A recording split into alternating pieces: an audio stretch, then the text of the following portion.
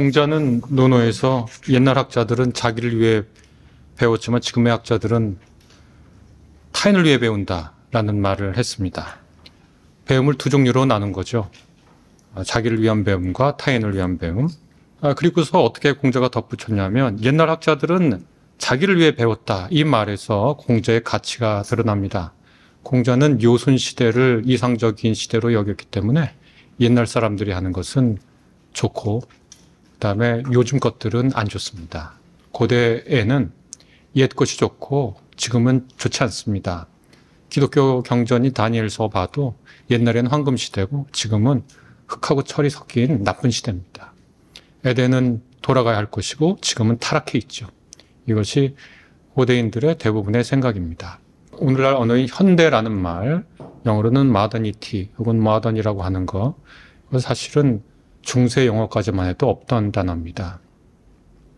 라틴어에서 지금을 가리키는 말은 부사로 모도라는 거였는데 예전 고대의라고 하는 것, 그것은 훌륭하고 좋은 것이고 그 훌륭하고 좋은 것의 상대어인 요즘, 고대의 옛날의 라틴어로 이것은 굉장히 거룩하고 좋은 것이고 또 품격 있는 것이고 그의 상위어는 옛날의 반대말 상대어가 곧 현대의 오늘날에 이렇게 될 것 같은데 라틴어를 찾아보면 천박한입니다.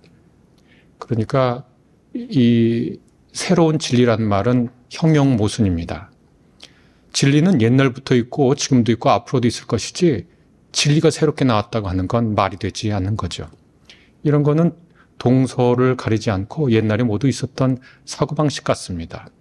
공자에게는 옛날은 좋은 거고 또 오늘날의 것 지금의 학자는 나쁜 겁니다. 그러면 공자의 구분에 따르면 옛날 사람들은 자기를 위해 공부했다. 좋다는 얘기고 근데 요즘 것들은 남을 위해 공부한다. 이렇게 하면서 비판을 한 셈이 됩니다. 흔히 공부해서 남주자라는 말도 있는데 좀 이상한 구분이죠. 주자는 그의 집주, 논어를 풀이하는 곳에서 이렇게 해석을 합니다. 자기를 위한 배움은 내게 쌓아가는 것이며 남을 위한 배움은 남에게 알려지기를 바라는 것을 의미한다. 또 옛 학자들은 자기를 위한 배움을 통해 성물에 이르렀지만 지금의 학자들은 남을 위한 배움을 통해 자기를 잃어버렸다. 이렇게 얘기를 합니다. 그래서 제가 나눠드린 맨 처음에 위기지학과 위인지학 보면 논어의 말씀, 그 다음에 주자의 집주에 있는 거, 정자라고 하는 분이 그렇게 말했다고 하는 것을 주자가 인용하고 있습니다. 옛날 학자들은 자기를 위한 배움은 내게 쌓아가는 것이고 남을 위한 배움은 남에게 알려지기를 바라는 것을 의미한다. 또 옛 학자들은 자기를 위한 배움을 통해 성물에 이르렀다 할 때 이 성물이라고 하는 것은 다른 사람을 이루어주는 것을 뜻합니다.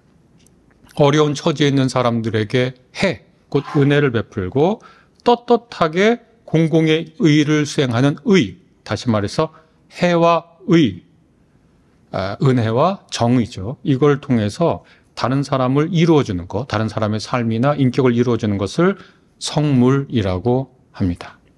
성물과 대칭해 있는 것이 바로 성기겠죠. 자기를 이루는 것인데 이것은 공경할 때 그 공자와 경을 통해 이룬다고 그렇게 주자는 얘기합니다.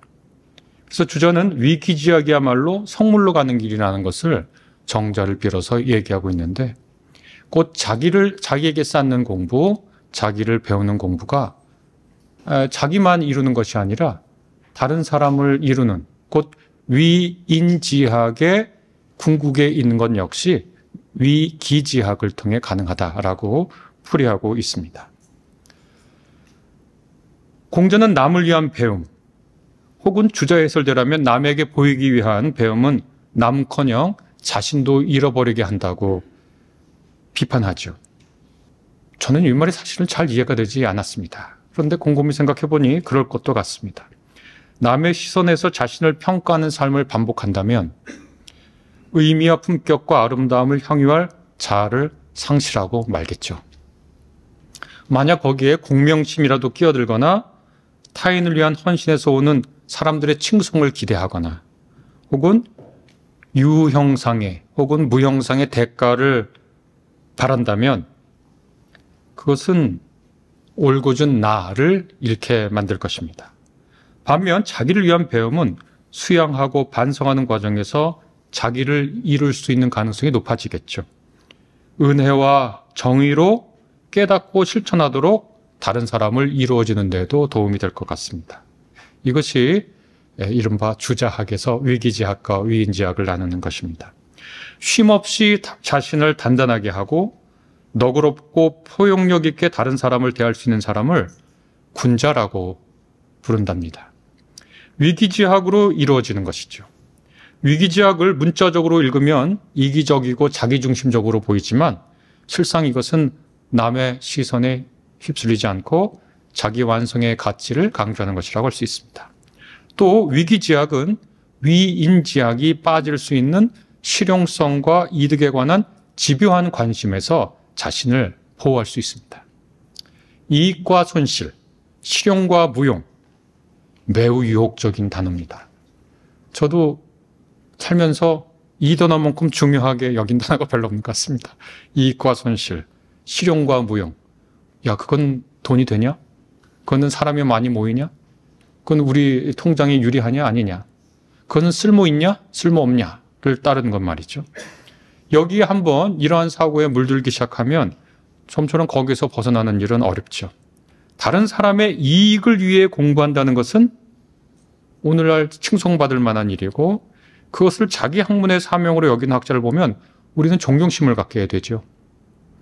공자 역시 이를 전면적으로 부정하는 것은 아닙니다. 그러나 그러한 대의의 틈에 민중에게 무엇이 이익이고 손실인지를 계산하는 과정이 필연적으로 이루어지고 그 계산은 한 사람의 시선을, 한 사람의 또 관심을 유불리, 효용성, 효율성 등에 매몰되게 하죠. 결국 이러한 사유의 습관은 그런 가치 기준이 적용돼서는 안 되는 곳까지 끼치게 됩니다. 그리고 자기를 상실하게 되죠. 이에 관해서 예수의 한 비유를 떠올리게 됐습니다. 예수는 동시대 대부분의 사람들에게 반사회적 존재로 여겨지던 세금 징수업자와 이른바 죄인들과 함께 같이 밥을 먹습니다. 그것은 공동체 내로 그들을 회복시키려는 노력이죠. 반면 율법적 질서를 통해서 공동체의 정결을 유지하고자 했던 당시의 특전 분파의 지식인들은 예수의 이런 언행을 비판했습니다. 이때 예수가 여러 비유를 드는데 그중에 한 가지 비유를 같이 생각해 보고 싶습니다. 잘 아는 누가복음서 14장 4절에서 7절에 있는 얘기입니다. 너희 가운데 어떤 사람이 양 100마리를 가지고 있는데 그 가운데 한 마리를 잃으면 99마리를 들여두고 그 잃은 양을 찾을 때까지 찾아다니지 않겠느냐라고 하는 비유입니다. 다 아시죠?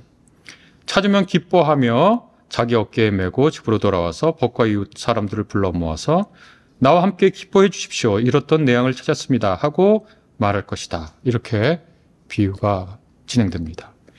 양 한 마리를 잃어버렸다고 들짐승과 도둑들이 언제 출몰할지 모르는 그 들에 99마리 양을 방치하고 그 한 마리 양을 찾아 헤매는 목자가 있다고 가정해 보면 그 사람한테는 절대 내 양을 맡기면 안 됩니다. 이득과 손실의 관점에서 이 사람은 계산하지 못한 사람입니다. 효율도 계산하지 못합니다. 아무것도 계산하지 못하는 거예요. 예수께서 이런 비유를 들었습니다.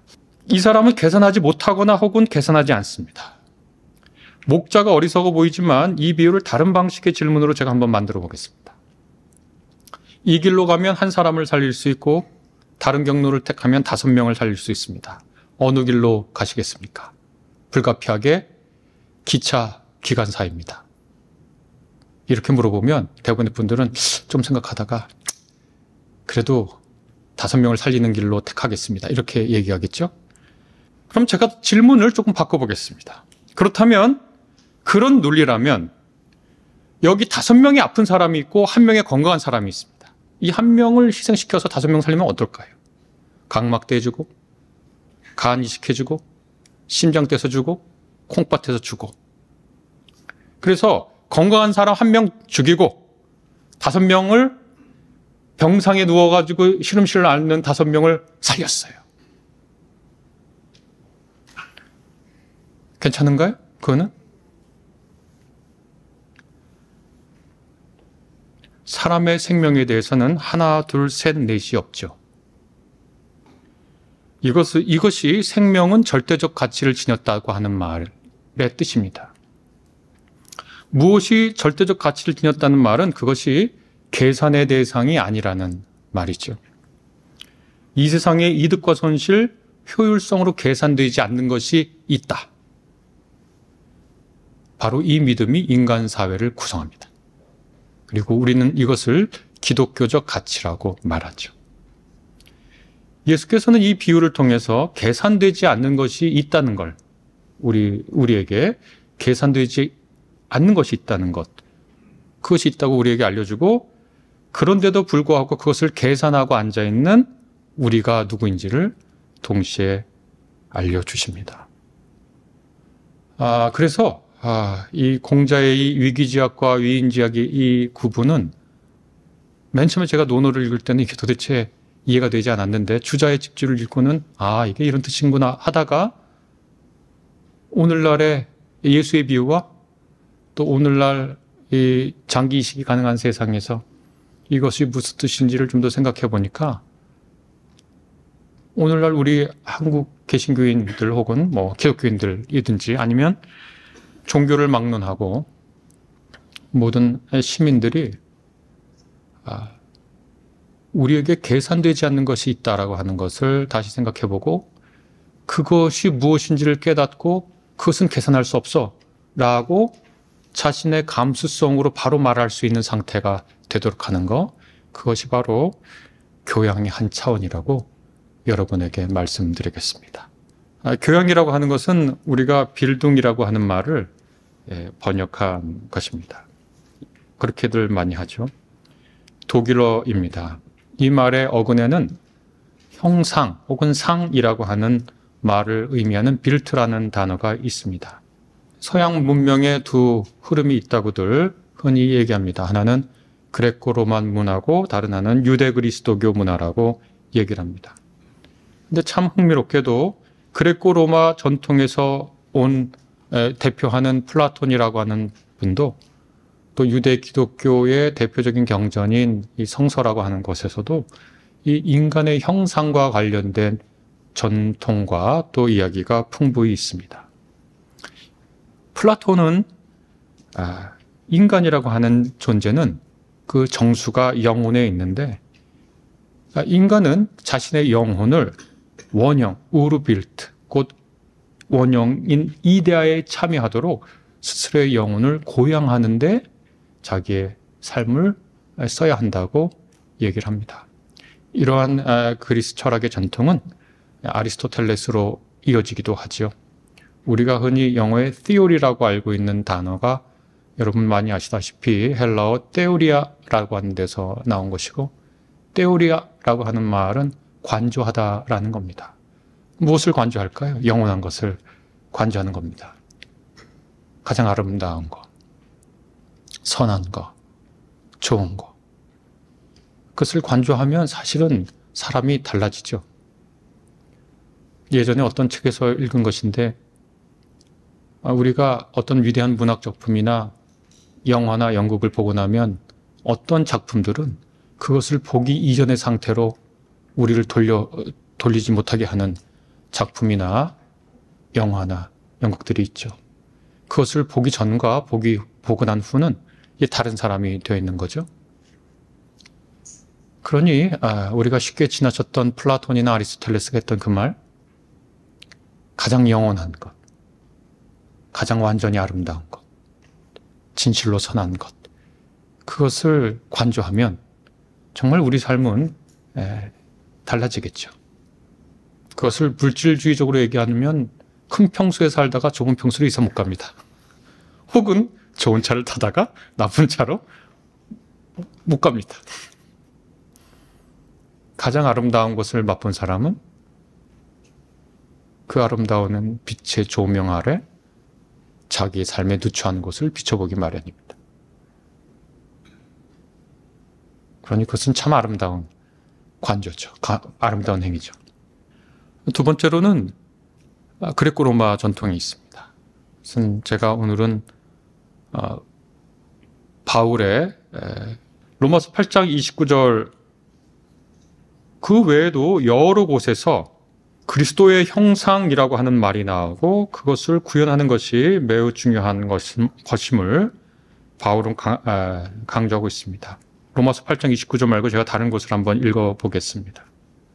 고린도후서 3장 18절입니다. 주님과 같은 모습으로 변화하여 점점 더 큰 영광에 이르는 것이다.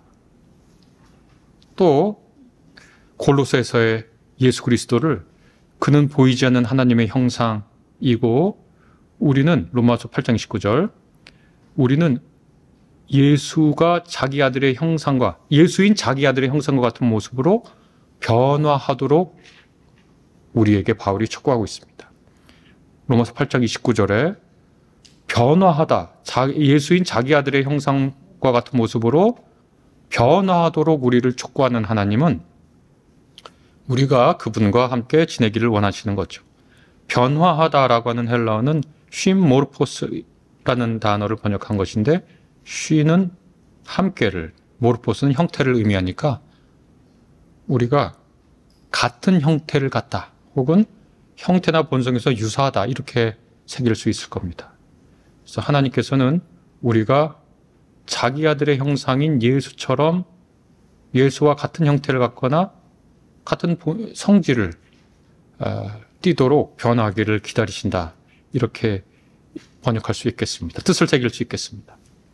인간이 신의 형상, 곧 그리스도의 형상으로 변화하는 것은 이른바 부활의 형상에서 완성될 것이라고 기독교는 성서는 얘기합니다. 부활은 흔히 죽은 사람이 다시 사는 것을 의미한다고 생각하지만 그것은 틀린 말은 아니지만 부활의 핵심을 충분히 전달하지 못합니다. 부활의 삶의 핵심은 신과 온전히 더불어 사는 삶을 가리키려고 부활이라는 말이 쓰입니다. 이를 위해 인간은 신과 유사한 형상으로 변화할 필요가 있습니다. 우리가 활활 타는 불에 가까이 갈 수 없듯 불에 비견할 수도 없이 압도적 경외의 대상인 신에게 인간은 접근할 수 없죠. 유대교 전통에서는 심지어 천사라도 신 앞에서는 얼굴을 가린다. 이렇게 되어 있습니다. 따라서 우리가 인간이 신과 더불어 살아가는 삶, 다른 말로 부활의 삶을 산다고 하는 것은 우리 스스로가 변화하지 않으면 불가능한 것이라고 그렇게 바울은 얘기하고 고린도후서 3장 17절 18절, 골로새서 3장 10절, 베드로후서 1장 3절 4절에서 모두 이것을 얘기합니다. 베드로후서 1장 3절에서 4절 굉장히 좋은 말씀인데 제가 제일 그중에서 좋아하는 구절은 하나님의 성품에 참여하는 사람이라는 구절이 있습니다. 또 골로새서 3장 10절 보면 새 사람을 입으십시오. 이 새 사람은 자기를 창조하신 분의 형상을 따라 끊임없이 새로워져서 참 지식에 이르게 됩니다. 이렇게 되어 있고 고린도후서 3장 17절 18절도 이렇게 씁니다. 우리는 모두 너울을 벗어버리고 주님의 영광을 바라봅니다. 제가 아까 말한 떼오리아죠. 이렇게 해서 우리는 주님과 같은 모습으로 변화하여 점점 더 큰 영광에 이르게 됩니다. 이것은 영이신 주님께서 하시는 일입니다. 이렇게 되어 있습니다. 우리 제목이 교양과 성서 읽기고 큰 제목이 삶을 조소하는 지혜입니다. 오늘날 우리가 성경을 읽는다는 게 무슨 뜻인가? 2000년도 되던 이 책을 읽는 게 무슨 뜻인가? 이것은 제가 동양의 전통 언급하고 또 그리스 철학 언급하고 성서의 이야기를 언급했는데 바로 이것은 우리가 오늘날 우리 한국뿐만 아니라 온갖 곳의 시민들에게 요청하는 교양과 관련되어 있기 때문입니다. 중등교육뿐만 아니라 고등교육에서 교양교육이 굉장히 강조되고 있고 또 교양이 필요하다는 목소리가 전 세계에 굉장히 클리셰 같아서 죄송하지만 전 세계의 유수대학에서 새삼스럽게 강조하고 있습니다. 그리고 그 교양의 핵심에는 아까 제가 말씀드린 빌둥이 있습니다. 빌둥이라고 하는 말은 아까도 말씀드렸듯이 독일어에서 왔는데 한 사람이 참된 자기의 모습을 갈고 닦는 주체적이고 역동적인 과정을 가리키는 도야를 의미하기도 합니다. 그리고 이것은 현대 대학 교육에서 굉장히 중요한 사항으로 되어 있습니다. 핵심 단어가 주체적, 역동적, 도야 이런 거거든요. 또 그 과정이 이뤄낸 지적 문화적 결과의 총체를 의미하는 게 또 교양이기도 합니다. 이것을 쌓는 일이 굉장히 중요해졌습니다. 제도적, 행정적 차원에서 사람을 키우는 일과 관련한 뜻, 그리고 일상 표현에서는 어떤 사물이나 조직의 형태를 갖춘다는 의미에서 형성을 의미하는 것이 이 빌등과 관련된 여러 용례인데 바로 이것이 오늘날 대학 교육에서 굉장히 중요하게 강조되고 있고 한동안 전공 교육이나 특별한 어떤 세부 교육이 강조되던 것에서 큰 변화가 일어났다라고 말씀드리겠습니다. 너무 진지하게들 받아보셔서 제가 농담을 이제부터 좀 시작을 해보도록 하겠습직하겠습니다만 여기 대학들을 많이 나오셨을 거고 안 나오신 분도 있겠지만 자기가 졸업한 학과 전공하고 자기가 지금 갖고 있는 직업하고 일치되는 분이 얼마 될까요? 네. 통계가 이미 나와 있습니다. 제일 높은 데는 의학 계열입니다. 의학 계열 제일 높아요. 그런데 공대도요. 공대는 굉장히 밀접할 것 같잖아요. 자기 공대 졸업하면 취업하고 하는 그 직업이 50%가 안 됩니다. 인문계는 얘기하지 않겠습니다. 왜 그렇게 되는 건가? 아주 간단합니다. 4년 전이니까 21, 22 지금 갤럭시 25가 나왔나요? 24가 나왔으니까 지금 갤럭시 10 혹은 갤럭시 20 누구한테 선물로 주면 욕먹습니다. 왜냐면 왜 이런 걸 왜 싫어해? 그러면 기능이 너무 후졌다고. 4년이면 테크놀로지는 완전히 달라집니다. 그래서 공대에서 배운 전공 지식이라고 하는 것이 물론 그 기초가 있죠. 기초가 있어서 그걸 토대로 이해해야 하는 거지만 누가 3년 전에 나온 과학 계통의 논문을 봅니까? 4년 전에 나온 거, 5년 전에 나온 걸 왜 봅니까? 그걸 이미 다른 지식이 어마어마하게 쌓여 있는데 지식과 기술의 발전 속도가 빠른데 따라가지 못합니다. 그래서 그 유명하다는 하버드 대학 총장이 또 예일대 총장이 연설하면서 했던 얘기가 우리 졸업생들이 앞으로 졸업 후에 7개 혹은 8개의 직종을 바꾸게 될 겁니다. 이렇게 얘기했습니다. 직업은 내가 어떤 한 회사, 섬유회사에 들어갔는데 그 다음에 다른 섬유회사 들어가고 이렇게 7개 옮기는 게 아니라 섬유회사에 들어갔다 그 다음에는 영상 콘텐츠 회사에 들어가고 그 다음에는 유기물 관련 회사에 들어가고 직종을 7번을 바꾼다. 그러면 그때 필요한 지식이 뭐겠는가? 그것은 생각하는 능력, 비판적 사고, 창의적 사고, 커뮤니케이션 능력, 협업 능력, 양적 추론, 질적 추론의 사고력이겠구나. 그 다음에 직종을 모두 옮겨 다닌다면 과학적 지식은 물론이고 인간에 대한 이해, 역사적 이해, 사회에 대한 이해 모두 필요하겠구나. 그리고 그것을 쌓는 교육은 전공 교육이 아니라 여기도 제가 쓴 것처럼 일반 교육이겠구나 라고 생각하고 일반 교육을 새삼스레 강조하게 됐습니다. 우리나라도 이러한 요청을 받아들여서 교육부에 교양기초교육원이라고 하는 곳이 있는데 거기서 교양기초교육의 정의를 내렸습니다. 이것은 사실은 불가능한 일을 한 겁니다. 학자들은 동의를 해주지 않습니다. 서로. 동의를 내린 걸 한번 제가 읽어보겠습니다. 교양기초교육이란 대학교육과 평생교육 전반에 요구되는 그 뒤에 말이 굉장히 중요한 겁니다. 평생교육 전반에 요구되는 지식의 습득 및 자율적 학문 탐구의 능력의 함양을 포함하여 인간, 사회, 자연, 예술에 대한 종합적 이해를 바탕으로 세계관과 가치관을 스스로 확립하는 데 기여하는 교육이다. 이렇게 되어 있습니다. 지금 이 사회가 원하는 이른바 교양이고, 이러한 지형 속에서 기독교의 경전인 성서를 읽는다는 것은 이 교양의 가장 핵심에 있는 자기 형성의 전통을 가지고 있고 이것에 기여할 수 있는 바가 있다라고 그렇게 말씀을 드리겠습니다. 제가 물어보는 겁니다. 뭘 묻냐? 이 시대나 우리 스스로에게 그러면 어떤 인간이 되고자 하는 건가? 우리가 빌딩이라고 해서 자기 형상을 구현해낸다고 할 때 우리는 과연 어떤 인간이 되고자 하는가? 하고 물어보는 겁니다. 이 생각을 하면서 저는 한 단어를 떠올렸는데요. 바로 이상형입니다. 만약 누군가 어떤 사람에게 이상형이 어떻게 되세요? 라고 물어보면 그것은 이상적 인간에 대한 질문이 아니라 바라는 혼인 상대자는 어떤 조건을 가진 사람인가요? 라는 뜻이죠.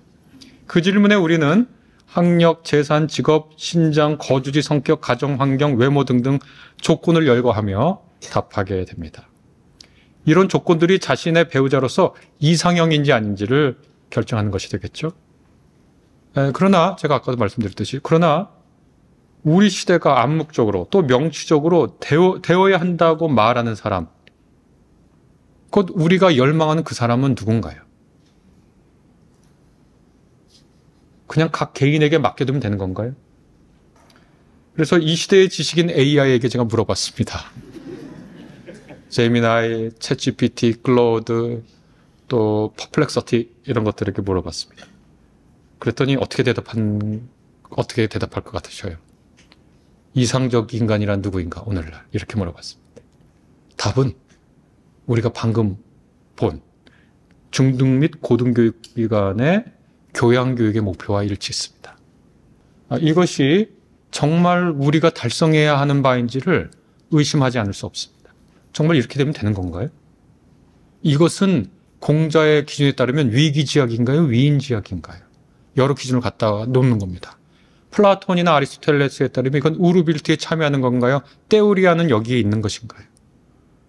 아까 말한 그리스도교의 경전인 고린도후서나 로마서나 베드로후서의 이야기들, 제가 구약은 특별히 언급은 안 했지만 이런 것들에 비춰봐서 이 대답, 제너럴 에듀케이션, 일반 교육에 해당하는 이 인간형이 되면 정말 되는 것인가요?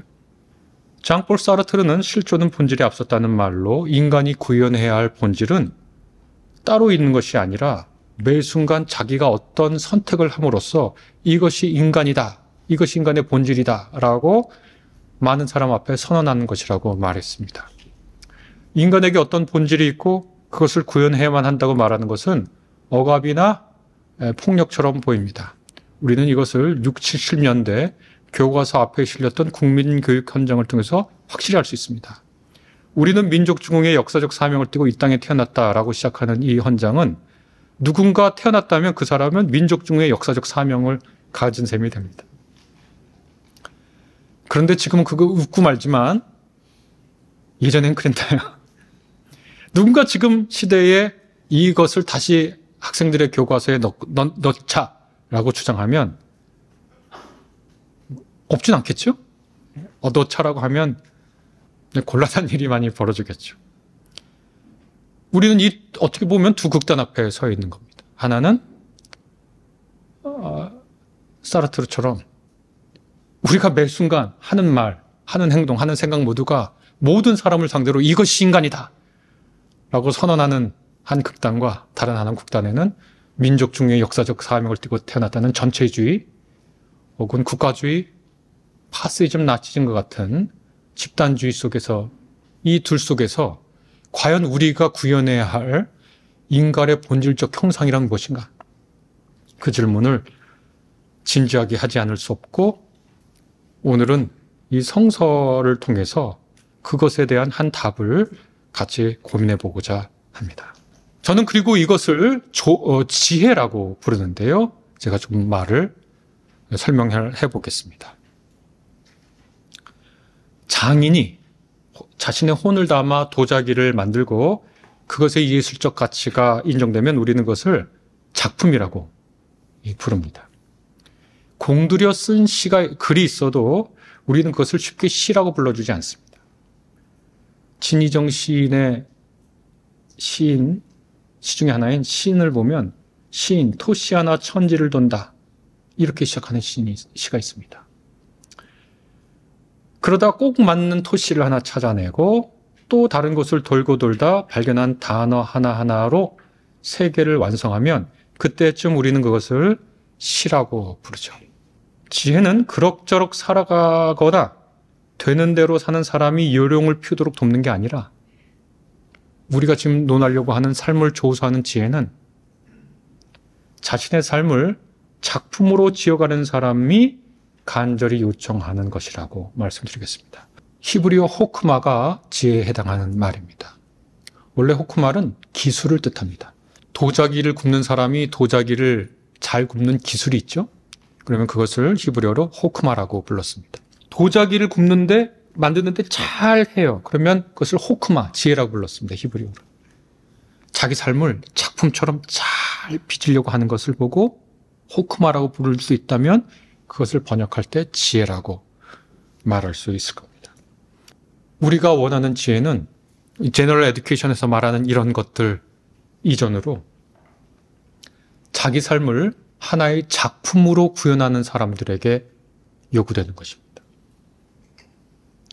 누군가는 자기 삶을 드라마나 영화로 생각하고 거기서 주인공으로 사는 내가 이 맡겨진 주인공으로서 어떻게 살지를 고민하고 말하고 행동하고 생각하고 표정을 짓는 그 모든 하나 행동을 함으로써 자기 삶을 작품으로 삼는 그 사람들에게 필요한 기술이 바로 지혜입니다.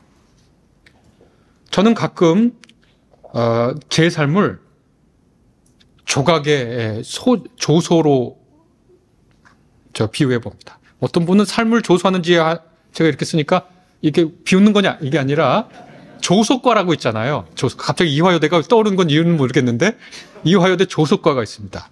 조소는 소조와 조각을 같이 한꺼번에 부르는 말인데 소조는 가법 기법이 우선합니다. 가법 기법이라는 것은 뭔가를 더해서 자기가 원하는 형상을 만드는 겁니다.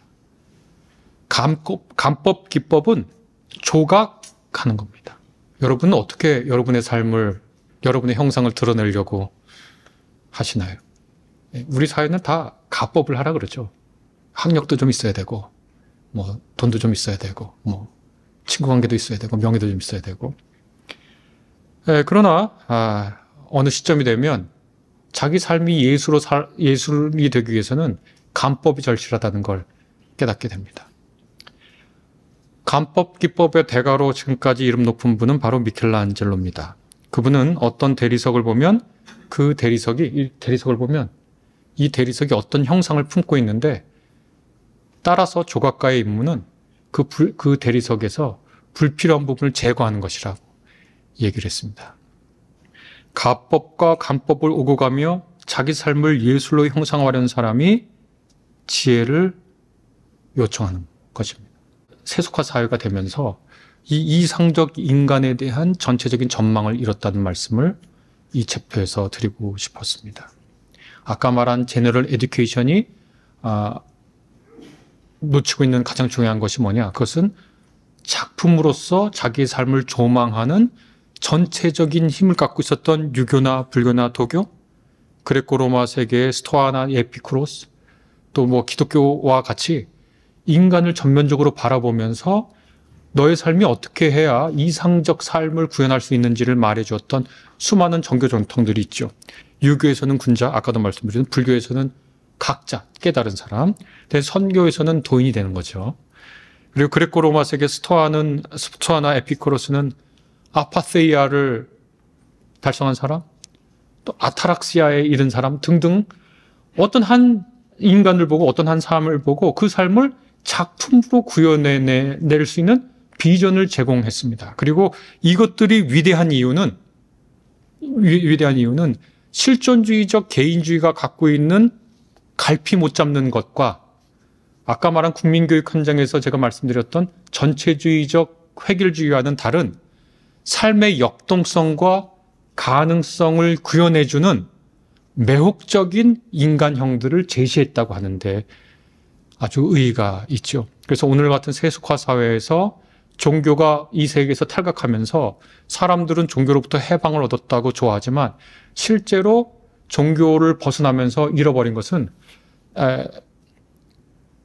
굉장히 많은 정신적 유산이라고 제가 이 챕터 3에서 얘기하고 싶었습니다. 이 성서의 이상적 인간상에 대해서 성서는 역시 하나님 닮기라고 하는 중요한 것이 있습니다. 하나는 이마고데이고 여러분이 잘 알다시피 창세기에 있는 것입니다. 이것이 무엇을 의미하는지를 두고는 구약학자들 사이에 굉장히 큰 논의가 있습니다. 참고로 조직신학자들의 의견에 참조하지 않겠습니다. 신의 파트너라는 뜻이죠. 구약학자들 대체로 얘기 들어보면. 신의 특성은 뭐냐? 창세기의 맥락에서 봐야 되겠죠. 창조적인 겁니다. 창조라는 건 뭐냐? 혼돈의 질서를 부여하고 생명이 없는 곳에 생명을 내놓고 어둠 속에 빛을 내고 없음에서 있음으로 불러내는 그것이 창조주의 일인데 하나님의 형상으로서의 인간은 바로 그렇게 노동을 함으로써 신의 자기 구현이었듯이 노동을 함으로써 자기를 구현하는 것을 이마고 데이에 대한 구약학자들의 대체적인 의견이라고 생각할 수 있겠습니다. 이게 굉장히 저는 중요하다고 생각하거든요. 이 몰트만 같은 분은 무로부터의 창조를 얘기하지 않으면 기독교가 아니다 이렇게까지 말씀하시면서 사실 구약 성서에서는 강력하게 그렇게 말해도 되지만 굳이 그 레퍼런스를 꼭 맞는 걸 찾아볼 수 없다라고 구약학자들은 얘기하는데 무로부터의 창조를 강조를 하는데 조직신학적으로는 그렇게 가능한 것 같습니다. 중요한 것 같습니다. 그러나 저는 새삼스럽게 혼돈으로부터의 창조라는 것이 얼마나 중요한 건지를 새삼스럽게 강조하고 싶거든요. 제가 그 2014년부터 삶의 의미, 허무와 고통, 기쁨과 보람이라고 하는 과목을 여러 학생들과 같이 공부를 했습니다. 왜 그러냐면 주기적으로 우울감이 찾아와서 사는 게 허무하니까 그래도 대학에 있는 사람 이점 중에 하나가 과목을 열면 되거든요. 자기가 궁금한 거. 10년 동안 이제 했습니다. 이제 학생들이 물어보죠. 이 과목에서는 뭘 배울 수 있습니까? 삶의 의미, 허무와 고통, 기쁨과 보람. 그래서 허무와 고통은 확실히 배울 수 있다. 그때 기쁨과 보람은 모르겠다 이렇게 대답을 했는데요.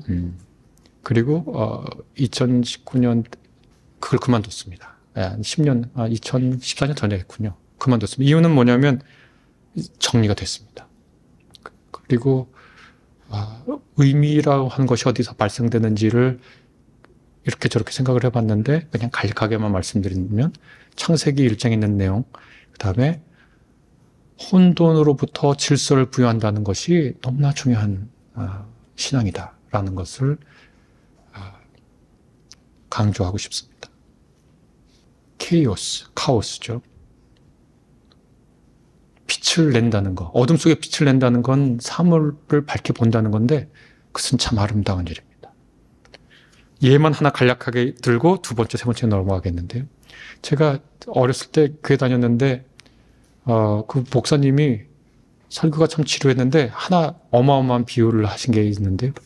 그분이 이제 시골 살다가 도시화될 때 교회 오셔서 친구랑 같이 그 빈민촌에 살았는데 전기가 들어오기 전이랍니다. 빈민촌에. 근데 시골에서 올라올 때 가난하니까 반찬이 없어서 이제 간장떡을 하나 들고 왔다는 거죠. 그래서 친구랑 같이 둘이서 자취하면서 사는데 간장이 너무 맛있어가지고 친구랑 눈치 보면서 조금씩 더 먹으려고 그랬다는 거예요. 근데 여러분 혹시 그 빈민촌 가보신 분은 알겠지만 들어가자마자 부엌이 있고 바로 위에 이제 집이 있고 방이 있고 화장실은 공동으로 쓰고 근데 이제 빈민촌에 판자촌이죠. 판자촌에 이제 전등이 들어와가지고 그 집 들어갔는데 그 전등을 달았다는 거예요. 가서 불을 켰더니 밥을 이제 짓고 이제 그 맛있는 간장을 먹으려고 불 딱 켰고 간장통을 열었더니 죽은 쥐가 거기 한 마리 있었다는 거죠. 그 간장독을 버렸을까요? 안 버렸을 것 같으세요? 빛이 비친다는 건 그렇게 중요합니다. 빛이 비친다는 건 분간해준다는 거거든요. 분간해준다는 것처럼 아름다운 게 없습니다. 무엇이 더러운 거고 그 참 맛있게 먹었는데 빛이 비치니까 무엇을 먹어야 되고 무엇을 먹지 말아야 될지를 아는 겁니다. 질서가 있다는 건 너무나 중요한 겁니다. 여기 들어오셨는데 강연대로 들어오셨는데 의자가 없으면 어디 있을지 난감하시잖아요. 근데 의자가 이렇게 질서 있게 놓이니까 자기가 앉고 싶은 곳을 발견하고 가서 앉습니다. 이게 의미를 발생시키는 일들입니다. 그래서 혼돈에서 질서가 생겼다, 어둠에서 빛이 생겼다, 이거 하나하나가 너무나 아름다운 얘기들입니다. 굉장히 중요한 얘기들인데 이런 것들을 발굴하는 게 창조 신앙이거든요. 이게 창조하는 것이, 그걸 한 묶음으로 묶어서 혼돈에서 질서로, 어둠이 빛으로, 없는 것에서 있는 것으로,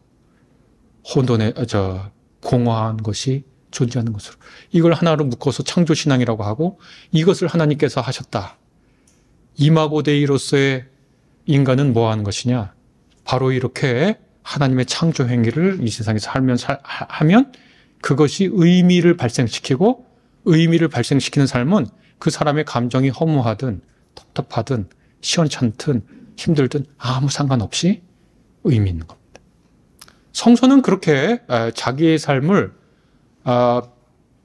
하나의 예술작품으로 형상화해 나아가는 구체적인 길들, 의미 깊은 길들이 무엇인지를 알려주고 있습니다. 이마고 크리스티하고 이미타치오 크리스티라고 하는 것도 역시 마찬가지입니다. 인간은 아무것도 없는 것을 생각할 수 없습니다. 굳이 칸트를 말하지 않더라도 인간의 머릿속에는 시공간 외에 무엇을 생각한다는 건 거의 불가능에 가깝습니다. 그래서 저는 가끔 학생들에게 아무것도 없는 걸 생각해봐라 라고 생각해보라 그럽니다. 불가능한 얘기입니다. 인간은 아무것도 없는 걸 생각할 수가 없습니다. 그래서 하나님은 어떤 형상으로도 재현이 불가능하기 때문에 유대교나 이슬람은 참 애를 먹는데, 기독교인은 그래도 좋은 게 뭐냐면 그리스도가 하나님의 형상, 그 형상을 온전히 보여줬다고 하는 믿음을 가진 종교이고, 이 이마고 크리스티, 이미타치오 크리스티를 통해서 인간이 어떻게 해야 자기 삶을 예술작품으로 구현할 수 있는지를 잘 알려줍니다. 아까 말한 이마고 데이의 창세기 맥락에서 제가 의미를 얘기했다면, 이마고 크리스티, 예수 그리스도의 형상을 통해서는 제가 품격을 얘기하고 싶습니다. 우리의 삶이 작품으로서 의미 있으려면 의미가 있어야 됩니다. 가치가 있어야 됩니다. 그것도 자기 혼자만의 가치가 아니라 사르트르에 따르면 성령 쌓기를 높이 해도 가치가 있는 거거든요. 인간은 굴하지 않는 투지를 가져야 된다. 그리고 그 행동을 하는 것이 가치 있는 일이라고 생각하고 성령 쌓기를 하는 거예요. 1시간 내에 다방에 가가지고 성령을 높이 쓴다. 항림 있으니까 갑자기 그 생각이 나는 거죠. 높이 쌓아요.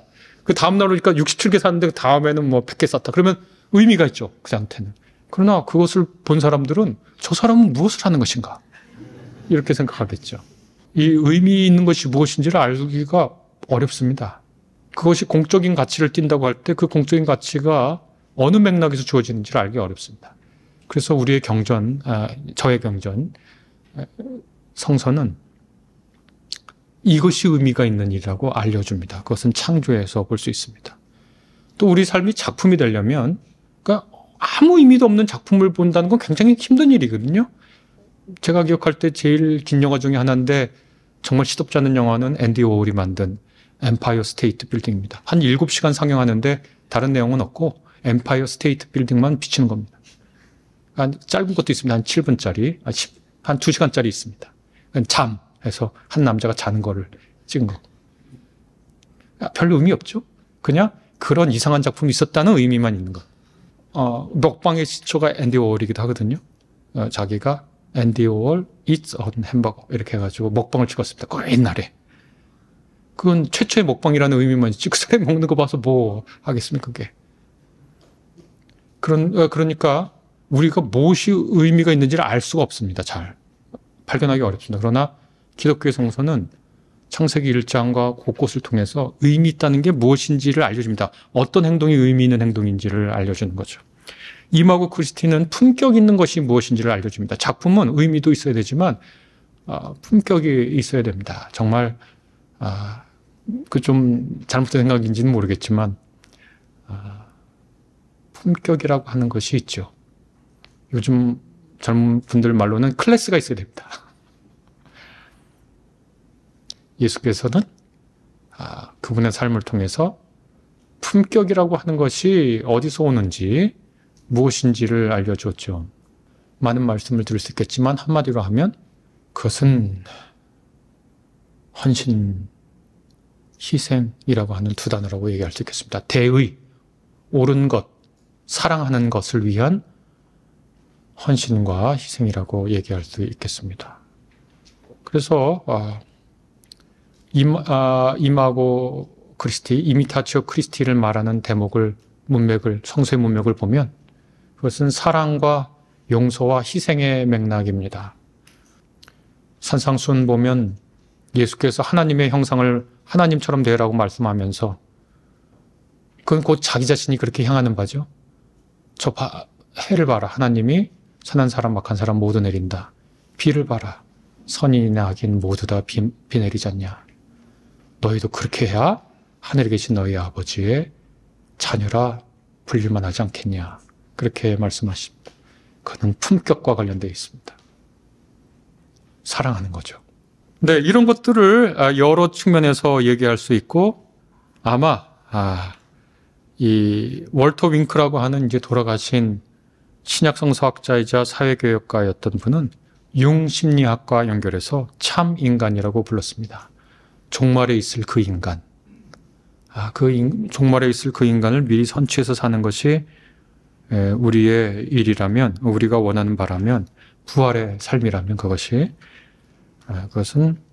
참 인간이라고 얘기하고, 그것은 아름다운 겁니다. 그래서 임하고 크리스티, 참 인간 모두 묶어서 저는 이상적 인간이라고 하는 인간형은 그 삶에서 의미를 구현하고 그 구현하는 의미가 품격이 있고 의미와 품격이 아름다움으로 형상화되는 것이라고 그렇게 얘기해 보겠습니다. 네, 그래서 저도 제 선생님인 유동식 선생님을 따라서 아름다움을 맨 마지막에 그렇게 듭니다. 제가 다른 데서도 한 얘기인데요. 의미로 있게 산다는 건 어렵습니다. 힘듭니다. 품격 있게 산다는 건 더 어렵습니다. 그건 너무 힘듭니다. 그런데 그렇게 살면은 나도 상처내고 남도 상처내기 마련이거든요. 억울하거든요. 왜냐하면 자기는 열심히 하는데 조별과제 프리라이드처럼 어떤 애들은 대충 살면서 자기 한 거 다 누리거든요. 그러니까 억울하고 좀 화나고 짜증나고 막 신경질나고 그러거든요. 제가 그 잘잘 뽑혀서 듣는 얘기인데 그 홍대 미대 교수님이 그분 다큐멘터리 찍었는데 대학 가니까 대학원생이 하나가 그림 그리고 있는데 그 앞에 서서 대학원생 그림 그릴 때 이렇게 지나가면서 한마디씩 해주시거나 하는데 그 대학원생 앞에 이렇게 그림 서서 계속 보니까 선생님이 보고 있으니까 뭐 으쓱하기도 하고 그리고 선생님이 한마디 한 거예요. 그분이. 야, 너 이거 진짜 열심히 그렸구나. 그랬더니 이 대학원생이 너무 기뻐서 왜냐면 선생님이 자기를 알아봐줬으니까 너무 기뻐서 네 선생님 그랬더니 그 다음 말이 너무 충격적이었어요. 그분 말이. 그런데 그 고생한 티가 작품에 드러나면 안 된다? 그것은 옳은 말씀입니다. 그것이 아름다운 겁니다. 아름다움이 그 작가의 의미와 품격을 감싸고 있는 겁니다. 그걸 천이무봉이라고 하죠. 이 길을 알려주는 것이 저는 성서 읽기의 주요한 관심사라고 생각합니다. 제가 요즘 다 쓴 야고보서를 통해서 이러한 관점을 투영해서 읽어보았습니다. 야고보서 맨 처음에 저희가 2014년에 야고보서 주석을 썼는데요. 한 2012년부터 쓰기 시작해서 한 1년 반 정도 쓰고 그것을 출판을 했는데, 그래서 야고보서를 아예 모르지는 않습니다. 그런데 제가 올해 될 책인데요. 오늘 강연하는 것도 거기서 이제 주로 많이 얘기하는 건데, 그 책을 쓸 때 한두 달 후에 나오는 그걸 쓸 때 제 야고보서 주석이 너무 형편없이 보였습니다. 여러분 사실래야 사실 수 없습니다. 나머지 책은 제가 다 갖고 있거든요. 창피해가지고 다 사버렸습니다. 50권 남아있을지 모르겠습니다. 다른데. 이 시선으로 야고보서를 읽어보니까 새롭게 구조가 형성되는 게 보이고, 야고보서를 통해서 야고보가 구현하고자 했던 인간상, 이상적 인간상은 뭔가 하고 살펴보니까 1장 2절에서 4절, 특별히 4절에서 모자람 없이 옹불고 단단한 사람, 이렇게 초두에 밝히고, 그 다음에 하나님의 벗, 농부, 이렇게 그 이미지를 밝힌 것을 볼 수가 있었습니다. 인사 이후 야고보서 저자는 서신 전체를 요약할 만한 문장을 이렇게 씁니다. 형제자매 여러분, 여러분이 여러 가지 시험을 겪을 때 그것을 모두 기쁨으로 생각하십시오. 제가 번역한 겁니다. 여러분은 믿음이 시련을 거치면서 인내가 생긴다는 것을 알고 있습니다. 인내를 한껏 발휘하십시오. 그리하여 모자람 없이 옹글고 단단한 사람이 되도록 하십시오. 이렇게 되어 있는데, 이게 전체 주제 문구 같습니다. 지금 이 편지를 읽고 있는 수신인들은 시험을 겪고 있고 지금도 겪고 있습니다. 시험으로 번역된 헬라어 페이라스모스는 한 사람이나 사물의 진위를 알아보기 위해서 확인하는 과정을 뜻합니다. 우리말로는 시험 그대로 가령 어떤 사람의 됨됨이를 드러나게 하는 고통스러운 사건이 페이라스모스입니다. 시험이 달가운 사람은 없죠. 수능 시험은 이 사람이 대학에서 공부할 능력이 있나? 그걸 시험하는 거잖아요. 금메달리스트가 깨물어 보는 건 이게 진짜 금인가? 하는 거고. 마찬가지죠. 그래서 이 시험이 있는데 그것은 결코 이렇게 달갑지 않습니다. 그러나 이 저자는 시험을 두려워하거나 피하는 대신 흩어져 사는 12지파가 자신을 정련하고 그 뜻을 확고히 하는 기회로 삼으라고 격려하면서, 그 야고보서를 읽어보면, 다시 읽어드리면, 여러분이 여러 가지 시험을 겪을 때 그것을 모두 기쁨으로 생각하십시오. 이렇게 시작합니다. 모두 기쁘게 여기라고 얘기합니다. 그때나 지금이나 여기나 저기나 인간 삶에 내가 누구인지를 드러내야 할 사건들이 생기기 마련인데, 야고보는 시련을 거치면서 수신인들이 덕을 쌓아가기를 바랍니다. 그 중에서도 인내를 강조합니다. 인내는 야고보서나 다른 데서 그저 상황에 닥쳤을 때 이를 악물고 견뎌내는 것을 뜻하지 않습니다. 그것은 상황을 압도하는 힘입니다. 자신에게 주어진 사명과 희망을 놓치지 않는 것을 뜻합니다. 생각해보면 인내가 사명과 희망을 가져다 주는 게 아니라 사명과 희망이 있는 사람이 인내할 수 있는 것도 같습니다. 동시에 이 거룩한 인내가 인내한 사람에게 덕을 가져다 주는데, 상황에 매몰된 채 체념과 불평 속에서 견디는 것은 야고보서가 볼 때 인내가 아닙니다. 그것은 삶의 방기입니다. 이는 도리어 그 사람의 됨됨이를 사납게 거칠게 만들겠죠. 야고보는 자신이나 수신인들에게 닥쳐오는 여러 가지 시련을 피하게 해달라고 신께 기도하지 않습니다. 대신 그는 여러 시련을 통해 3장 9절에 보면 하나님의 형상을 구현하는 모자람 없이 옹굴고 단단한 사람이 되라고 격려합니다. 옹굴고 단단하다는 것은 헬라어 텔레이오스하고 홀로클레로스의 번역인데요. 하늘에 계신 너희 아버지의 온전하신 같이 텔레이오스, 너희도 온전해라. 신의 성품이 이르는 거죠. 또 바울이 평화의 하나님께서 친히 여러분을 완전하게 거룩하게 해주시고 할 때 쓸 수 있는 그 단어입니다. 우리 주 예수 그리스도께 오실 때에 여러분의 영과 혼과 몸을 흠이 없이 완전하게 지켜주십사 할 때 그 단어가 여기에 쓰여 있습니다. 야고보서가 제시하는 인간은 이렇게 어떤 시련을 닥칠 때 그 시련을 통해서 자신의 희망과 자신의 됨됨이를 확인하고 그것을 통해서 덕을 쌓는 사람을 뜻합니다.